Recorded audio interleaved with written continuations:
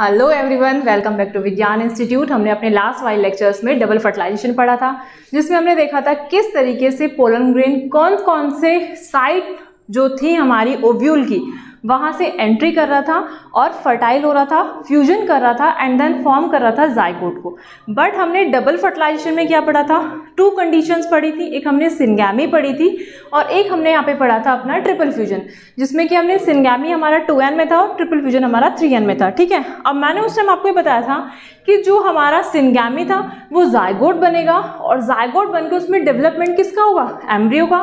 जब आगे जाके उसमें सेल डिवीजन होगा तो क्या कॉज होगा? एम्ब्रियो होगा। ठीक है, उसके बाद जब हमने लास्ट में एंडोस्पर्म पढ़ा था तो एंडोस्पर्म अब किस तरीके से आगे काम करेगा और क्या क्या उसका वर्क है वो अब देखते हैं। चलिए, तो पोस्ट फर्टिलाइजेशन हम इसमें पढ़ते हैं। पोस्ट फर्टिलाइजेशन में जो हमारे मतलब इसमें जो स्टेप आते हैं, इसमें कौन कौन से स्टेप आते हैं? फर्स्ट स्टेप तो हमारा इसमें एंडोस्पर्म है, जो आगे जाके एंडोस्पर्म अपना इसमें डिवीजन करेगा। एंड सेकेंड वन जो है इसमें हमारा एम्ब्रियो, एंड एक है हमारे यहाँ पे इसमें क्या बन जाएगा? अब पहले किसका फॉर्मेशन होगा? मतलब अब सीड बनेगी, देन अपना फ्रूट का फॉर्मेशन होगा। ठीक है, सीड एंड फ्रूट, ये सब अब हमारा इसमें पोस्ट फर्टिलाइजेशन के अंदर आता है। तो पहले हम इसमें एंडोस्पर्म देख लेते हैं कि एंडोस्पर्म क्या होता है। एंडोस्पर्म जो होती है वो हमारी एक न्यूट्रिटिव मास ऑफ सेल होती है। ठीक है, क्या होती है हमारी? ये न्यूट्रिटिव सेल ऑफ मास बोल सकते हो इसे, यहाँ पे आप मास ऑफ सेल। ठीक है, cell of mass, it's called endosperm, जो कि हमारी किस रीजन में थी? ये हमारी ट्रिप्लॉइड में थी। ठीक है, कैसी थी? Triploid, triploid as a 3n। ठीक है, अब which provide the nutritions to the developing embryo. Embryo कैसे था? जब सिंगैमी हुई थी, मेल गैमेट फीमेल गैमेट जब फ्यूज हुए थे, जब जाइगोट बन रहा था, उससे हमारा एम्ब्रियो बन रहा था। तो ये क्या कराएगा? दे प्रोवाइड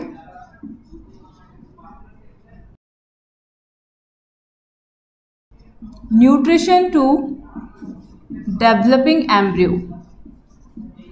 जो डेवलपिंग हमारा एम्ब्रियो है उसको क्या करेगा? ऐसा डेवलप करने के काम, एज ए नरिशमेंट प्रोवाइड कराने का काम करेगा। ठीक है, अभी मैंने आपको बोला कि ये जो एंजियोस्पर्म का जो एंडोस्पर्म होता है, वो एंजियोस्पर्म प्लांट का वो कैसा होता है? वो हमारा ट्रिप्लॉइड नेचर में होता है। बट ज़रूरी नहीं है कि हर केस में ये ट्रिप्लॉइड ही हो या 3n ही हो।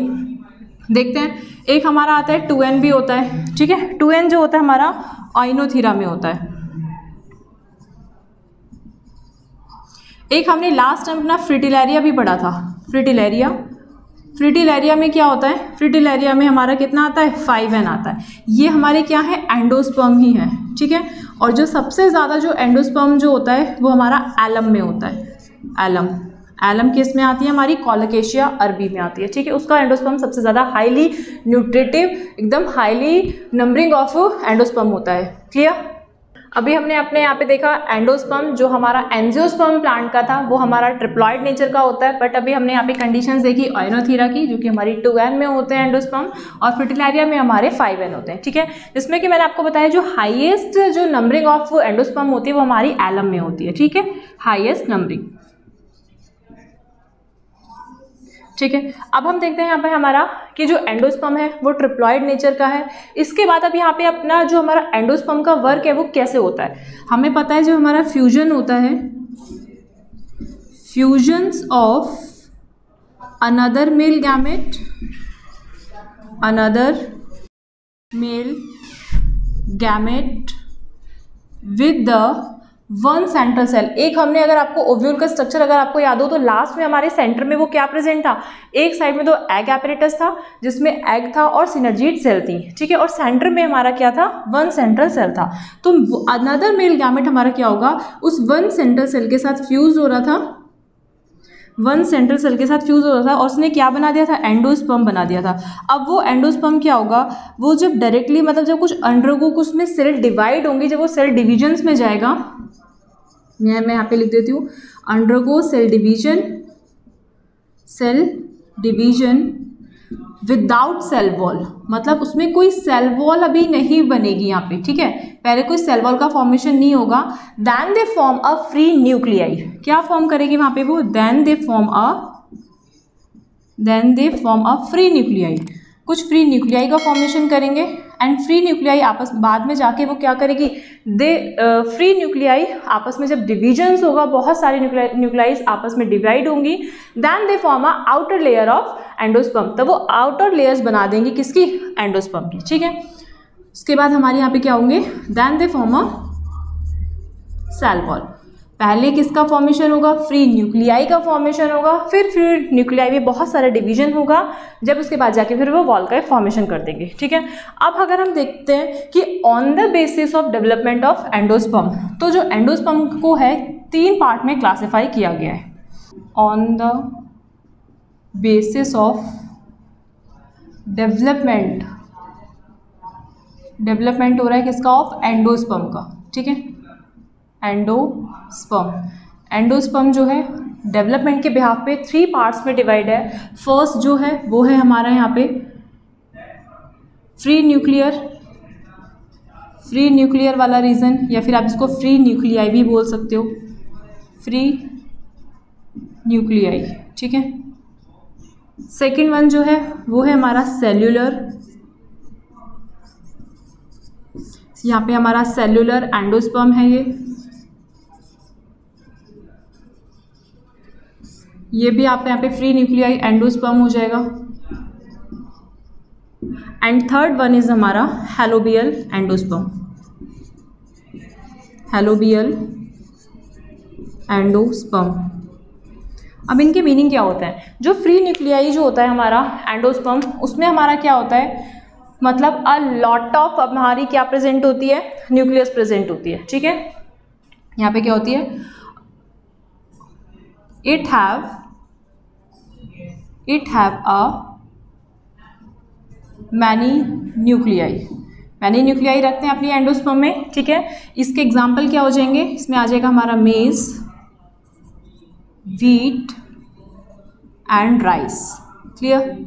इसके बाद सेलुलर में क्या हो जाएगा, जो सेलुलर एंडोस्पर्म होगा उसमें होगा हमारा कि इसमें यहाँ पे हमारी लैक ऑफ फ्री न्यूक्लियाई क्या होंगी, लैक ऑफ फ्री न्यूक्लियाई, ठीक है। एंड द फॉर्म मतलब कंप्लीटली सेलुलर लेवल पर होंगी, इसमें सेल का जो रेशियो होगा या अमाउंट होगा वो ज़्यादा होगा कंपैरिजन टू न्यूक्लियाई के, ठीक है, न्यूक्लियस रीजन के। तो इसमें जो हमारा एग्जाम्पल होगा वो हो जाएगा धतूरा and पेट्यूना,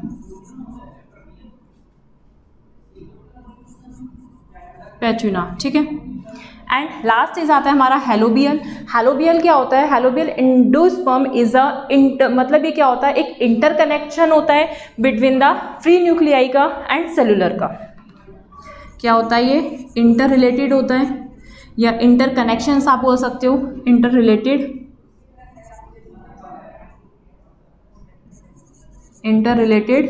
between cellular and free nuclei endosperm. इसका जो एग्जांपल आता है वो आता है हम आपका मोनोकॉटिलीडोन। जो मोनोकॉटिलीडोन होते हैं वो हमारे कौन से होते हैं, हैलोबियल एंडोस्पर्म, ठीक है। अब आपसे क्या करेगा डायरेक्टली, अभी हम थोड़ा क्या कर रहे हैं, थोड़ा डिस्कस मतलब ये डीप में इसलिए ले रहे हैं क्योंकि सिर्फ बच्चे क्या पढ़ लेते हैं एंडोस्पर्म, बच्चों को ये पता होता है कि जो एंडोस्पर्म जो होता है वो एक न्यूट्रिशंस प्रोवाइड कराता है टू द एम्ब्रियो को, बट उसके अब टाइप्स ऑफ एंडोस्पर्म नहीं पता होते। तो जो क्वेश्चंस आपके आएंगे वो यहीं से आते हैं कि किस मतलब कितने टाइप से होते हैं, थोड़ा अंदर डीप जाके पढ़ोगे तो अगर आप नीट का एग्जाम भी अपना उठाते हो, एग्जाम पेपर भी उठा के आप देखते हो तो उसमें भी देखते हो जब थोड़ा सा डीपली ही क्वेश्चन पुटअप होता है, ठीक है।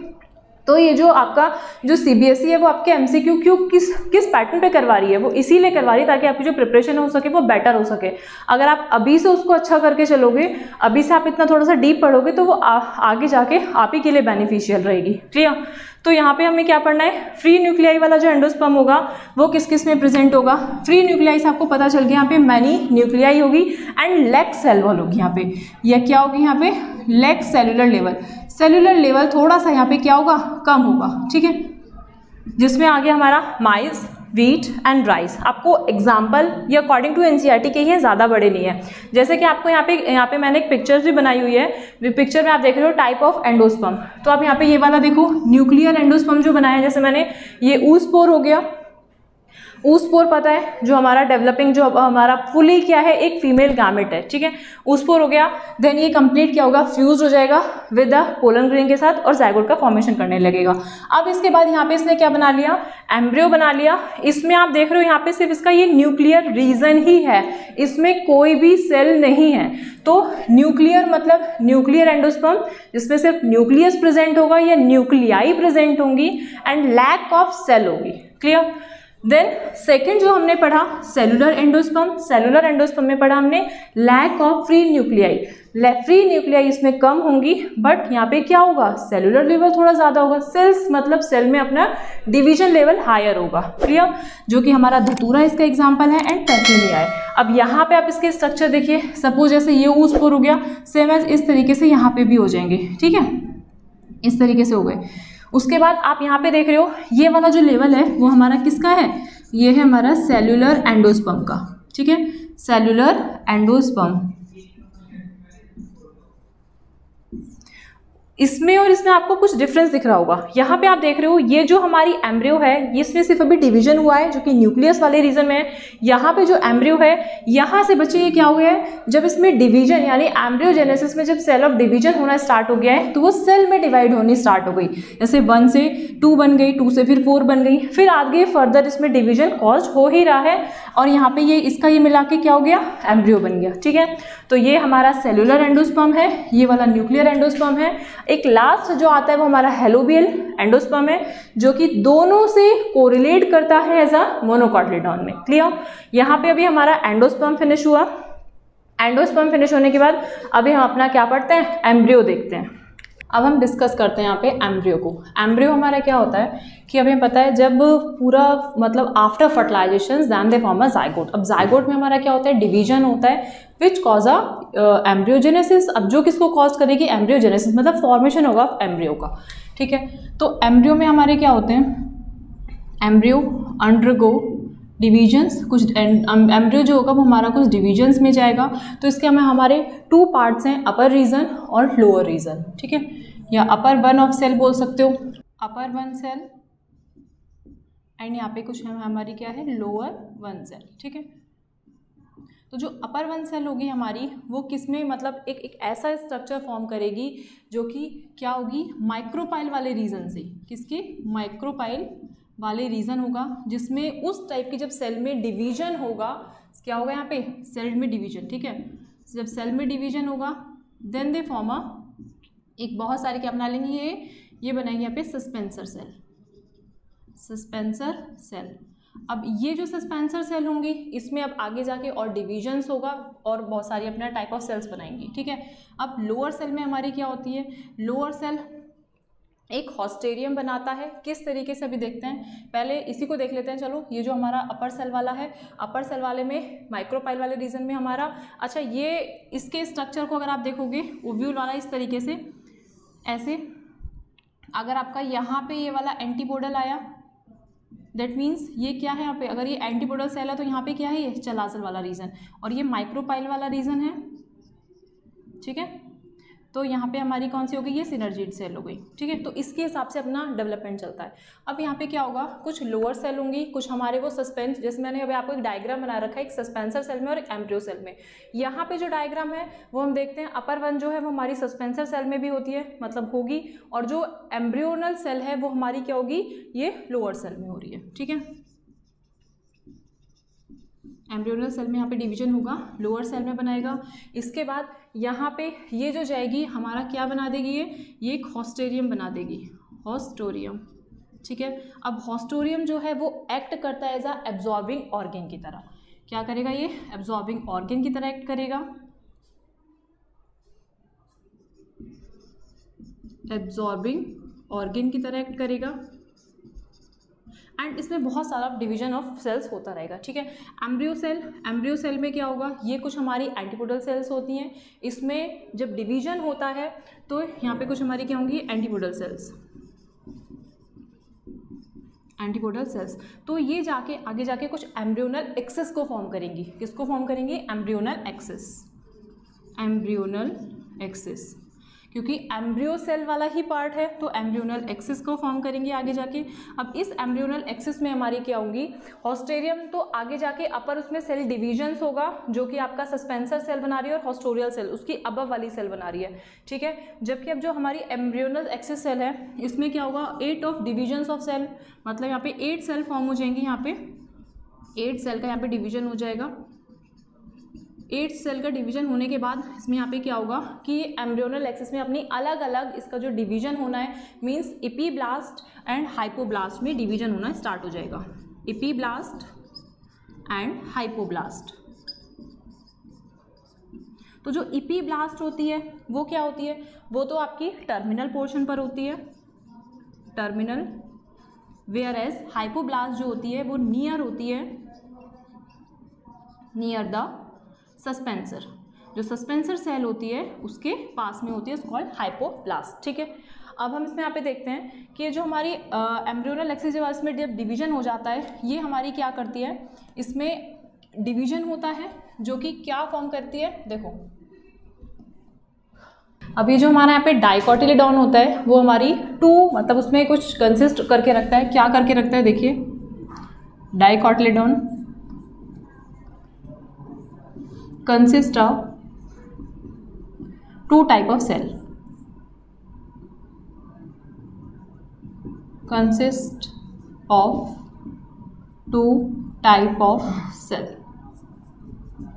एक तो हमारे यहाँ पे रखेगा एम्ब्रियोनल एक्सिस, एम्ब्रियोनल एक्सिस जिसमें अभी डिवीजन्स हुआ था, एंड सेकेंड वन जो होगा हमारा क्या होगा? कॉटिलेडॉन। 2 कॉटिलेडॉन होंगे इसमें, 2 कॉटिलेडॉन। ये डाइकोटिलेडॉन कंसिस्ट करके रख रहा है, ठीक है। तो जो 2 कॉटिलेडॉन है उसमें हमारा क्या हो जाएगा? एक इपिकोटाइल एंड एक हाइपोकोटाइल। एक हो जाएगा हमारा इपिकोटाइल एंड एक हो जाएगा हमारा हाइपोकोटाइल। जो इपिकोटाइल होता है वह टर्मिनेट टू इन अ किसमें करता है? प्लिम्यूल में, whereas hypocotyl terminate in a radicle. It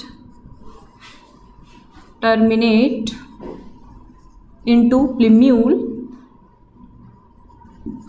whereas hypocotyle it terminate into radical। अभी मैं आपको पिक्चर से भी बताती हूँ कि यहाँ पे अभी हमने देख लिया ये एम्ब्रियोनल सेल थी और ये सस्पेंसर सेल थी। इस सस्पेंसर सेल में और ज़्यादा डिवीजन हुआ, जिसमें यहाँ पे जब सेल डिवाइड हुई और फिर इस एम्ब्रियोनल सेल में डिवीजन हुआ। तो इस एम्ब्रियोनल सेल में डिवीजन होने के बाद यहाँ पे अपनी ये डर्मेटोजेन बन गई और बहुत सारी सेल्स का फॉर्मेशन हुआ। जबकि आप यहाँ पे देख रहे हो ये रूट कैप भी बन गई और यहाँ पे ये सस्पेंसर सेल आगे जाके जब इस पर सस्पेंसर सेल में डिवीजन हुआ तो ये क्या बन गई? हॉस्टेरियम सेल बन गई, ठीक है। अब उसके बाद इसमें जब और डिवीजन हुआ तो ये हमारा हार्ट शेप का कैसा बन गया? यहाँ पे डाइकोटिलेडॉन्स में, डाइकोटिलेडॉन में हार्ट शेप ऑफ एम्ब्रियो का फॉर्मेशन हुआ, क्लियर। इसके बाद इपिकोटाइल हमने देखा। इपिकोटाइल जो होता है वो टर्मिनेट होता है किसमें? प्लिम्यूल में, and plumule give rise to a shoot. Plumule क्या देता है? प्लिम्यूल शूट को फॉर्म करता है। Plumule give rise to shoot, और शूट को हम और भी क्या कहते हैं? स्टैम, ठीक है। Where as radicle give rise to a, ये क्या देता है? Give rise to a root, ठीक है। इसने प्लिम्यूल शूट को फॉर्म करेगा इन अ डाइकॉट में, तो वहां पे आप क्या टर्म यूज करोगे? प्लिम्यूल ही यूज करेंगे। अभी हम यहाँ पे देखेंगे कि मोनोकोट की बात होती है तो मोनोकोट में यहाँ पे जो टर्म होता है वो चेंज हो जाता है, ठीक है। और हाइपोकोटाइल से क्या हमारा जर्मिनेट हुआ? क्या जनरेट हुआ? रेडिकल। रेडिकल ने क्या फॉर्म किया? रूट को फॉर्म किया, ठीक है। अब जो डाइकॉट की बात होती है तो उसमें 2 कॉटिलेडॉन होती है। अगर मोनोकॉट की बात करते हैं तो उसमें हमारा केवल सिंगल मोनोकॉटिलेडॉन होता है।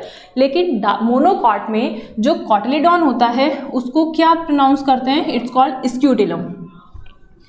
मोनोकॉट में जो हमारी कॉटिलेडॉन होती है, इन मोनोकॉट में जो कॉटिलेडॉन है, ठीक है, कॉटिलेडॉन मीन्स हो गया कवरिंग, जो आउटर कवरिंग होती है, ठीक है, ऑफ द सीड की, कॉल्ड द, मतलब जो एक फॉर्म कर रही है स्ट्रक्चर, उसको हो गया हमारा कॉटिलेडॉन, इसको बोलते हैं स्क्यूटिलम। अभी थोड़ी देर पहले जब हमने डाइकॉट डिस्कस किया था तो हमने एपिकोटाइल एंड हाइपोकोटाइल देखा था, जिसमें हमने टर्म देखा था प्लिम्यूल एंड रेडिकल। तो बट यहाँ पे उस प्लिम्यूल की जगह यूज किया जाता है कॉलियोप्टाइल एंड कॉलियोराइजा। तो सिंपल सा है, कुछ नहीं है। कॉलियोप्टाइल, टाइल मतलब हो गया हमारा plumule, which give to rise a shoot. यहाँ पे मोनोकॉट जो होगा, मोनोकॉट में कॉलियोप्टाइल क्या जनरेट करेगा, एज अ शूट जनरेट करेगा, ठीक है, या फॉर्म अ शूट, आप लिख लो फॉर्म अ शूट, ठीक है। Where as coleorhiza generate a root, ये जनरेट रूट करेगा, ठीक है। यहाँ पे हार्ट शेप एम्ब्रियो हो गया। हार्ट शेप एम्ब्रियो होने के बाद आपको यहाँ पे दिख रहा है ये डाइकॉट की बात हो रही है, ये डाइकॉट है। तो एक कॉटिलीडॉन ये हो गया, एक कवरिंग ये हो गई, और सेकंड कवरिंग इसकी ये है, तो ये 2 कॉटिलीडॉन हो गए। प्लिम्यूल, यहाँ पे प्लिम्यूल होगा तो आगे जाके ये शूट में कन्वर्ट हो जाएगा। एंड ये हाइपोकोटाइल है। हाइपोकोटाइल वाला रीजन क्या था, जो रेडिकल को फॉर्म कर रहा था, और एक जो इपिकोटाइल वाला जो अबव वाला रीजन था वो क्या बना रहा था, प्लिम्यूल। मतलब यहाँ पे जो ये वाला रीजन होगा वो हमारा इपिकोटाइल का होगा, ठीक है, जो क्या बनाएगा, प्लिम्यूल। और जो हाइपोकोटाइल वाला रीजन होगा वो जनरेट करेगा रेडिकल, और जो रेडिकल फॉर्म करेगा किसमें, कन्वर्ट हो जाएगा रूट में। एंड जो इसका लास्ट वाला पोर्शन होगा, this is called the root cap. ये इसका यहाँ पे रूट कैप हो गया, ठीक है। आप एक बार यहाँ पे इसमें डायग्राम से समझ लीजिए। इसमें आपको डाइकॉट का स्ट्रक्चर दिख रहा है, जिसमें आप यहाँ पे 2 कॉटिलीडॉन देख पा रहे हो, और प्लिम्यूल ऊपर की तरफ है, जिसमें यहाँ पे आपको हाइपोकोटाइल जो जनरेट करेगा रूट को, और जो एपिकोटाइल है वो जनरेट करेगा शूट को, ठीक है। अब इसी का आप एक सेकंड स्ट्रक्चर देखिए जो कि मोनोकॉट का है। मोनोकॉट में डायरेक्टली जो क्वेश्चन पुट अप होता है वो ये आता है कि जो मोनोकॉट की जो कॉटिलीडॉन है उसको क्या टर्म यूज करते हैं, उसको हम बोलते हैं स्क्यूटिलम। लेकिन सेम अगर वहाँ पे अगर हम मोनोकॉट में बात करें कि वहाँ पे तो डाइकॉट में तुमने प्लिम्यूल देखा था, तो यहाँ पे प्लिम्यूल की जगह क्या आएगा, coleoptile, which generate the shoot, ठीक है। और जो रूट का था, रेडिकल था, तो यहाँ पे मोनोकॉट में आ जाएगा हमारा कॉलियोराइजा। आपको कई बार डाइकॉट और मोनोकॉट के डायग्राम दे दिए जाते हैं, उसमें पूछा जाता है कि कौन सा आपका मोनोकॉट है और कौन सा डाइकॉट। और कई बार तो लेबलिंग पूछी गई है मोनोकॉट की स्क्यूडिलम वाले रीजन की, क्योंकि बच्चों को नहीं पता होता कि वो उसको स्क्यूडिलम बोलते हैं, वो मोनोकॉट का होता है, उसे डायरेक्टली कॉटिलीडॉन प्रोनाउंस कर देते हैं, ठीक है। अभी एक आपको मैं डिफरेंस और बताती हूँ मोनोकॉट का और डाइकॉट का। अभी आपको आई थिंक ये समझ में ही आ गया होगा, सस्पेंसर सेल था, एम्ब्रियो सेल था, किस तरीके से हमारा ये डिवीजन हुआ, ठीक है। अब एक छोटा सा आप एक डिफरेंस और देख लीजिए, जो कि आपको अभी स्क्रीन पे शो हो रहा होगा, जिसमें कि अब हम यहाँ पे मोनोकॉट एम्ब्रियो और एक डाइकॉट एम्ब्रियो का पढ़ रहे हैं। इसमें पहले हम नंबर ऑफ कैरेक्टर्स जो अगर देखते हैं, पहले फर्स्ट कैरेक्टर्स का देखते हैं, तो जो नंबर ऑफ कॉलियोप्टाइल होगा, अगर डाइकॉट की बात करेंगे तो उसमें 2 कॉटिलीडॉन होंगे और अटैच होगा टू द एम्ब्रियोनल एक्सिस से, क्लियर। मोनोकॉट में हमारा क्या होगा, ओनली 1 कॉटिलीडॉन अटैच होगी किसे, टू द एम्ब्रियोनल एक्सिस से। सेकेंड पॉइंट देखिए, पोजिशंस ऑफ प्लिम्यूल। प्लिम्यूल की पोजीशंस क्या होगी, ये डिस्टली होगी और ये हमारी क्या होगी, लैटरली होगी। एक डिस्टल सरफेस होता है, एक लैटरली होता है, ठीक है। लैटरली मीन्स आपका जो साइड में आता है उसको बोलते हैं लैटरली। एंड थर्ड जो पॉइंट है हमारा, पोजीशन ऑफ कॉटिलीडॉन। कॉटिलीडॉन की पोजीशंस क्या होगी, डाइकॉट में लैटरली होगा, लैटरली अकर्ड होंगे, और यहाँ पे क्या होंगे, यहाँ पे टर्मिनल पोजीशंस होगी, मतलब मोनोकॉट में नीचे की तरफ होंगे, टर्मिनल पर, ठीक है, बेस की तरफ। कॉलियोप्टाइल इसमें डाइकॉट में हमारे अब्सेंट हो जाएंगे, ठीक है, और कॉलियोराइजा भी इसमें अब्सेंट हो जाएंगे। बट मोनोकॉट में अभी हमने पढ़े कॉलियोप्टाइल और कॉलियोराइजा। मोनोकॉट में क्या करेंगे, कॉलियोप्टाइल विच प्रमोट द या विच रिलीज द या विच फॉर्म द बोल सकते हो इस शूट, और जो कॉलियोराइजा होगा वो मतलब डेवलप हो जाएगा किस में, आपका एज अ रूट में, ठीक है, रेडिकल जो फॉर्म करा देगा।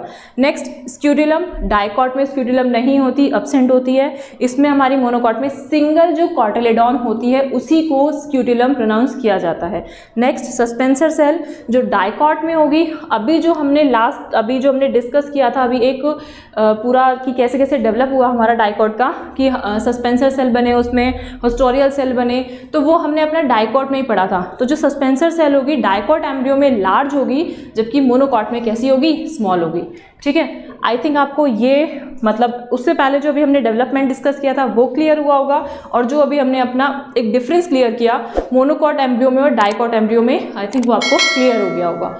अब हम अपना इससे जो नेक्स्ट वाला लेक्चर है, इसके आगे जो नेक्स्ट वाला जो टॉपिक आएगा, जो कि कैसे आएगा, अभी हमने यहाँ पे सिर्फ इस वाले में क्या पढ़ा था, पोस्ट फर्टिलाइजेशन पढ़ा था, जिसमें हमने एम्ब्रियो पढ़ा था एंड एंडोस्पर्म। एम्ब्रियो बाद में पढ़ा और एंडोस्पर्म हमने उससे पहले पढ़ा था। ठीक है, अब हम इसमें पढ़ने वाले हैं कि किस तरीके से फ्रूट बनते हैं और किस तरीके से सीड का फॉर्मेशन होता है। बाकी अब फ्रूट भी आपको सिर्फ ये आप क्लास 12th में आए हैं, उससे पहले आप सिर्फ फ्रूट को फ्रूट ही समझते थे। ठीक है, लेकिन अब क्या है, फ्रूट को आप पार्ट्स में पढ़ेंगे कि ट्रू फ्रूट्स होते हैं, फॉल्स फ्रूट्स होते हैं, किस किस से फ्रूट्स का फॉर्मेशन होता है, तो उसको भी पढ़ोगे आप। ठीक है, तो वो हम अपने नेक्स्ट लेक्चर में कवर करेंगे। Thank you.